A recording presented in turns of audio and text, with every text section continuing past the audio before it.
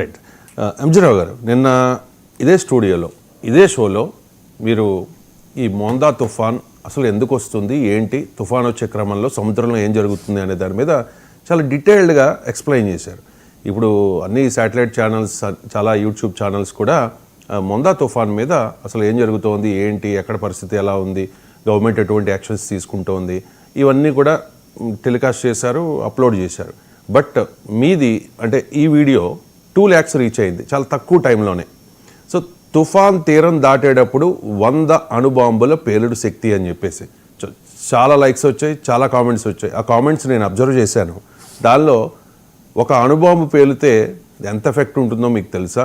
అలాంటిది 100 అణుబాంబులు పేలితే అసలు ఉంటుందా భారతదేశం? మీరు ఎందుకు ఇలా చెప్తూ ఉన్నారు అని చెప్పి కొంతమంది కామెంట్ చేశారు. సో దానికి మీ ఎక్స్ప్లెనేషన్ ఏంటి?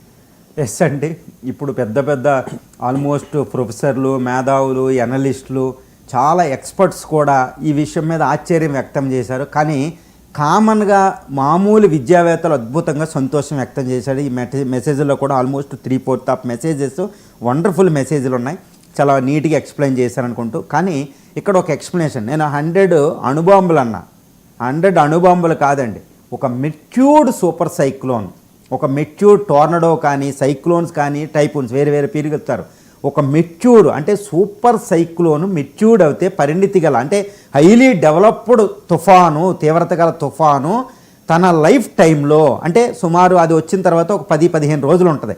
ఈ సమయంలో అది టోటల్గా రిలీజ్ చేసే ఎనర్జీ ఎలా ఉంటుందంటే వాటర్ వేపర్, ఇది నీటి ఆవిరి పైకి వెళ్తే నీటి ఆవిరి తిరగడం వల్ల సైక్లోన్స్ వస్తాయి అనమాట. లో ప్రెజర్ అంటారు. అది 979 మిల్లీ బార్స్ ఉంటుంది అనమాట. ఈ మిల్లీ బార్ సమయంలో ఈ 4-5 రోజులు ఈ సూపర్ సైక్లోన్స్ ఉంటే ఈ 4-5 నుంచి 15 రోజుల వ్యవధిలో అది రిలీజ్ చేసే ఎనర్జీ 100 హైడ్రోజన్ బాంబులతో సమానం అండి. అణుబాంబులు, నేను ఏదో గౌక్కున్న అణుబాంబులు అన్నా, 100 హైడ్రోజన్ బాంబులతో సమానం. మరి ఇంత ఎనర్జీ ఏమవుతుంది? ఇంత డిస్ట్రా అవ్వాలి కదా. చాలామంది క్వశ్చన్ చేశారు ఈ విషయాన్ని. బ్యూటిఫుల్ క్వశ్చన్, ఎందుకంటే ఎప్పుడు హేతుబద్ధంగా ఉండాలి చెప్పే విషయాన్ని. ఇది నమ్మశక్యం, హ్యూజ్ కంటెంట్ అండి ఇది. ఎందుకంటే ఇది క్లైమటాలజీ అంటే శీతోష్ణ స్థితి శాస్త్రం, జోగ్రఫీలో ఉంటుందండి. ఒక క్లైమటాలజీలో నేనైతే క్లైమటాలజీ లాల్ అనే ఒక బుక్ ఉంటుంది, దాన్ని యూపీఎస్సీ ఇంటర్వ్యూకి వెళ్తూ జోగ్రఫీ ఆప్షనల్తో హ్యూజ్గా నేను చదవడం జరిగింది.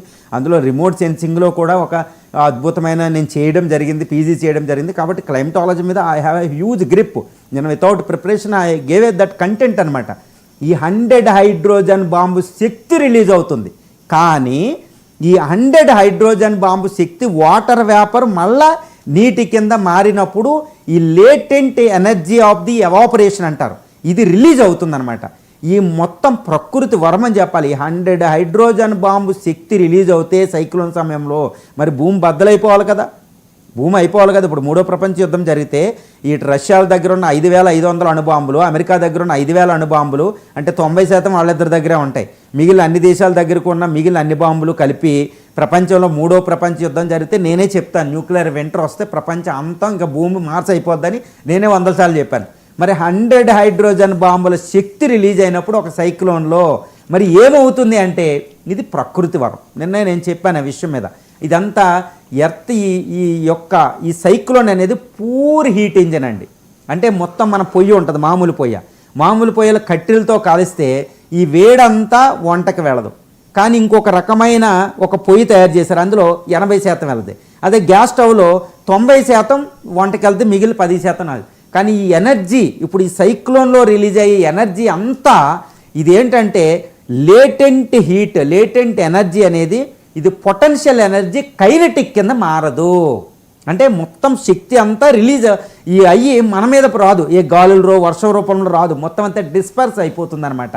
ఈ ఎనర్జీ ఇక్కడ రిలీజ్ అయ్యి మిగిలినంతా ఏమవుతుంది, ఈ గాలుల ద్వారా పోలార్ ఏరియాకి వెళ్ళిపోతుంది. ఈ సైక్లోన్ అనేవి భూమి మీద చాలా శక్తివంతమైన ఒక మెకానిజం అనమాట, క్లైమేటిక్ శీతోష్ణ స్థితి మెకానిజం. ఎందుకంటే సూర్యుడు ఎక్కువ హీట్ భూమధ్య రేఖ దగ్గర వస్తాయి, ధ్రువ ప్రాంతాల్లో మైనస్ ఉంటుంది, అక్కడ టెంపరేచర్ బ్యాలెన్స్ లేదు. కాబట్టి భూమధ్య రేఖకి ధ్రువ ప్రాంతాల మధ్య హీట్ అనేది బ్యాలెన్స్ అవుతేనే ఇక హీట్ బడ్జెట్ ఉంటుంది భూమికి. ఇది ఒక శీతోష్ణ స్థితి, ఒక సైకిల్ అండి భూమి మీద. అంటే నేను నిన్నే చెప్పాను, మన బాడీలో హీట్ ఎక్కువ అయితే జ్వరం వచ్చి జ్వరం రూపంలోనో జలుబు వచ్చి ఈ రూపంలోనో మన హీట్ బ్యాలెన్స్ అవుతూ ఉంటుంది. అందువల్ల జ్వరం రావడం జలుబు రావడం అనేది మంచిదే అంటారు, పెద్దలను అడిగితే చెప్తారు మనకి. మనమైతే ట్యాబ్లెట్లు వేసుకుని తగ్గించుకుంటాం, ఒకప్పుడు లంకనాలు చేసేవారు. ఈ హీట్ అనేది బ్యాలెన్స్ అయ్యే ఒక మెకానిజమే జ్వరము. అదేవిధంగా ఈ భూమి మీద ఈ ధ్రువ ప్రాంతాలకి భూమి మధ్య అంటే ట్రాపికల్ ఏరియాస్కి ఈ పోలార్ ఏరియాస్ మధ్యన ఈ టెంపరేచర్ ఈ హీట్ బ్యాలెన్స్ చేసేది తుఫాను. కాబట్టి ఇది ఒక మెకానిజం, కానీ మనల్ని నాశనం చేయడానికి వచ్చేదిగా తుఫాను. కాబట్టి తుఫాను నిరోధించలేం.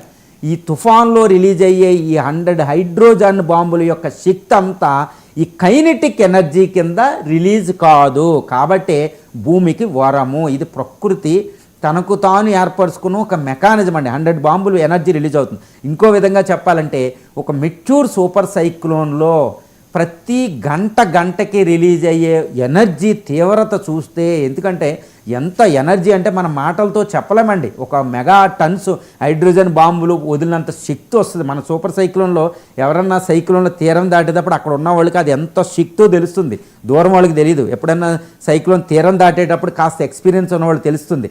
అసలు కంటికి 1 మీటర్ దూరంలో ఏమీ కనపడదు, వడగళ్ళ వానలు వస్తుంది, ఏదో భూమికి ఆకాశంలో చిల్లు పడినట్టు టొరెన్షియల్ రైన్ఫాల్ వస్తుంది. క్యూములో నింబస్ క్లౌడ్స్ 12 నుంచి 15 కిలోమీటర్ల ఎత్తు ఉంటుందండి ఆ క్యూములో నింబస్ క్లౌడ్. ఎంతో ట్రోపోస్పియర్ వరకే అంత వాల్ అంటారు దాన్ని.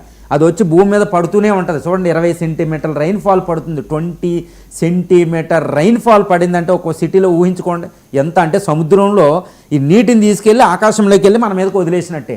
ఎంత ఎనర్జీ కావాలండి, ఎంత గాలులు వస్తాయి, ఏ టర్బైనో తట్టుకోలేదు.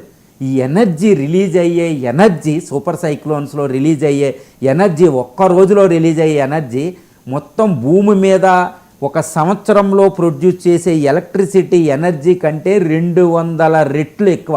అందుకనే సైక్లోన్లో ఎనర్జీ రిలీజ్ అవుతే దాన్ని కన్వర్ట్ చేయగలిగే శక్తి మనకు ఉంటే అసలు కరెంటే అవసరం లేదు, అంతటి ఎనర్జీ. అది ప్రకృతి అండి.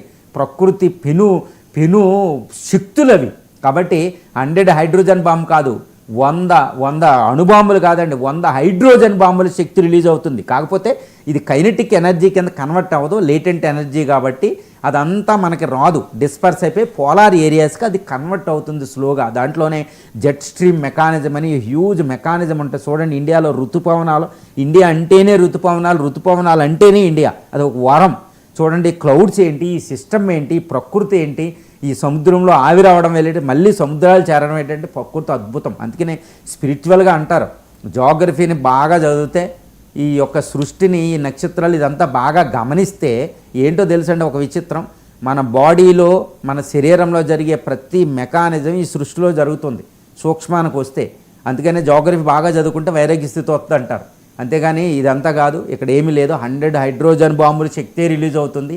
కానీ శక్తి అంతా ఈ గాలులు వర్షాల రూపంలో రాకుండా ఆ శక్తి ఉష్ణ రూపంలో పోలార్ ఏరియాస్కి వెళ్ళే ఒక మెకానిజం అక్కడ ఉంది. కాబట్టి మనం బతుకుతున్నాం, లేకపోతే ఒక సైక్లోన్తోనే వెళ్ళిపోతాం. కానీ మార్స్ మీద, సన్ మీద కూడా సైక్లోన్స్ వస్తాయి.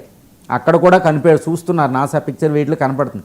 అదొక మెకానిజం ఉంటుంది అనమాట. ఈ సైక్లోన్స్, ఎర్త్క్వేక్స్, ఈ వాల్కనోస్, అగ్నిపర్వతాలు పేలడం, ఇవన్నీ ప్రకృతి మన మీద కన్నెర చేయడం కాదండి. ఈ ఎర్త్ అంతా బ్యాలెన్స్గా ఉండడానికి ఒక రకమైన మెకానిజం. కాకపోతే ఈరోజు అంటారు ఈ వరదల వల్ల, ఈ కరువుల వల్ల, ఈ తుఫాన్ల వల్ల, వీటి వల్ల మనం నాశనం అయిపోతాం, ఇదేంటి ప్రకృతిని శపిస్తూ ఉంటాం.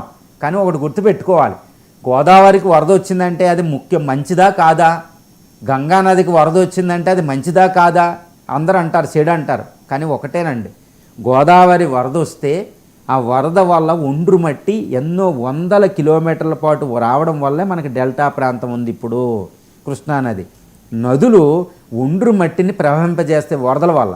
మరి వరదల వల్ల మనకు నష్టం ఏంటంటే, మనం వెళ్ళి గంగా తీరం దగ్గర పక్కన వెళ్ళి ఇళ్ళు కట్టుకుని మనం అది వరద వచ్చే ప్రాంతంలో మనం ఉన్నాం, నదులు వెళ్ళే ప్రాంతంలో మనం ఉన్నాం, జనాభా ఎక్కువైపోయి. అందువల్ల వరదలు ఇవన్నీ మనకి ప్రకృతి వరాలండి, ప్రకృతి శాపాలు కాదు. ఈ సైక్లోన్ కూడా ప్రకృతి శాపం కాదు, ప్రకృతి వరం. లేకపోతే ఎర్త్ మీద హీట్ బ్యాలెన్సే ఉండదు. కాబట్టి ఇది ఎంత శీతోష్ణ స్థితి శాస్త్రానికి సంబంధించిన ఒక నిగూఢమైన విషయాలు, సంక్లిష్టంగా ఉంటాయి, అర్థం కాదు. అందుకనే ఇప్పుడు నా మీద విమర్శలు వచ్చినా ఏం అవసరం లేదు. ఎవరైనా గూగుల్కి వెళ్ళి వాటికి వెళ్ళి, ఇప్పుడు ఆర్టిఫిషియల్ ఇంటెలిజెన్స్ ఎన్నో ఉన్నాయి, జీపీటీ వెళ్ళి just if you verified you can be checked it automatically, you can be convinced, we need not worry. MG Rao గారికి ఫైనల్గా టెక్నాలజీ